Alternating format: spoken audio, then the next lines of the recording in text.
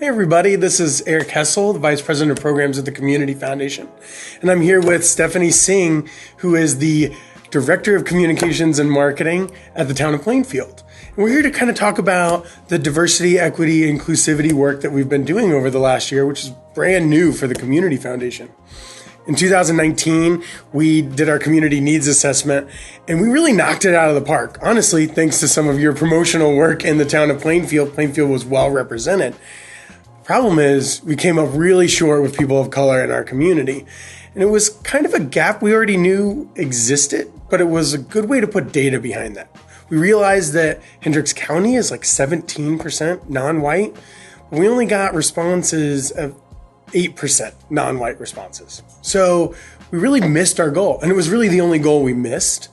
And so we knew we had to do something about it. And so we built into our Lilly grant application some programming to engage people of color in Hendricks County, get them involved not just at the Community Foundation, but in all nonprofits. Be involved in the community because our community is stronger and better when people feel welcome and are involved in the community. Yeah, so then it kind of elevated, 2020 kind of elevated the community needs assessment, right? Because as you know, in May of 2020, George Floyd died at the hands of the police officers in Minneapolis, Minnesota, and it kind of woke the world up, right? And so more people realized the racial injustice that happens in this country, and we felt like we needed to do something in this community. So we kind of leaned on the Hendricks County Community Foundation and the Community Needs Assessment to really get our feet on the ground and do something about this. We really hit the ground running.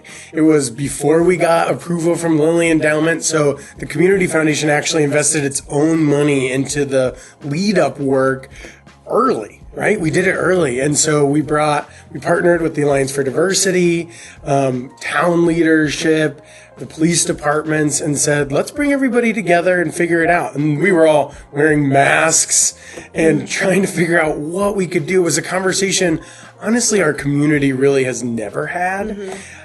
I never thought we would have it. And I think I'm really grateful, and I think our community is really grateful that somebody's taking the lead. And so we brought the community together and really started working through community planning, just having the initial conversations, training. So we brought in a consultant to train on unconscious bias, just racial divide, what the heck is happening in the world, because a lot of times it felt like it was just an Indianapolis thing, but as I described it before, racism doesn't stop at Raceway Road, mm-hmm. right? It is in our community, and we need to support our community. The Hendricks County Alliance for Diversity reached out and tried to lend support where we could. And one of the biggest projects that we started was the Raising Black Voices videos. They're awesome. Thank you. I got together with some of the Hendricks County Alliance for Diversity volunteers, and we produced these videos. It was 7 or 8 videos that just raised Black voices in this community. And one of the biggest goals with that was to make sure that people heard a different perspective, because it is a majority white community, but there are people of color who live here, and we should hear their voices. We should hear their stories, and that causes empathy, right? That creates empathy and some compassion for those who think differently than us, who look differently than us. And so those videos really hit it off really well, and they got a lot of traction on Facebook and YouTube. So those still live. I encourage everyone to go watch those right now. We were able to provide the Alliance for Diversity a $1,500 grant to help pay for some of those things, as well as the White Fragility Book Club, which our entire staff participated in, because this is not just a community project. This is work that the Community Foundation is doing internally as well. So we are continuing the conversation. We're working on developing a community plan, which is still in the works. We're meeting about monthly with community leaders from all across Hendricks County to develop that plan and then really put it into practice, which has not been easy during COVID because these are tough conversations. And it's hard to do virtually, and it's hard to do when half of your face is covered. But I've been so grateful for everyone who has shown up, because I think our community really recognizes the value, because our community is going to continue to grow. And grow is going to mean it's going to be more and more diverse. Millennials are the largest generation right now, and they're also one of the most diverse. And so our community is going to continue to grow and change. So tell us what the town of Plainfield is doing.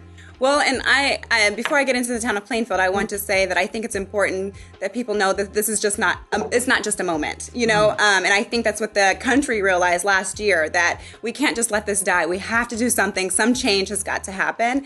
And so the town of Plainfield has really embraced that. And we hired Tapestry to do a 6-month training. And it wasn't just typical implicit bias training. We've done plenty of those. This was really a 6-month cohort program where we followed the global diversity, equity, and inclusion benchmark, and we looked at where we are as an organization. And departments broke up within that organization, and we focused on our own department, and then we came together and did like a capstone project and presented it to everyone. And so we really looked at where we are currently and where we want to be, and what strategic plan we're going to put into place to get to where we want to be as an organization. And I'm really proud of the town of Plainfield. Some really great projects and plans came out of that program, and we are hitting the ground running and implementing those. And then we've continued to branch out and really infiltrate this training throughout our whole organization, and we're continuing to push new cohorts through this program. You know, at the Community Foundation, we're doing the work internally as well. I've described it to folks as we weren't behind everybody, but we might have been just one step ahead. And we've been, you know, trying to keep up with our community, because our community really stepped forward. And so we're trying to do the work internally and externally, which is a big challenge, but we know it's valuable work. We know it sets the Community Foundation up for the future, and it sets our community up for the future. And we're excited for this long-term investment in this work. So I hope you'll all follow us on our website, on our social media. We'll be sure to link to the Alliance for Diversity's Facebook page, which has all the Raising Black Voices videos, as well as the recording from the Not Just a Month, Black History Month event. And keep us honest too, because we're not going to get it right every time. We hope so, but we're not going to get it right every time. We're not perfect, but we're working through this because we know it's valuable, not just for our bottom line, but for our community.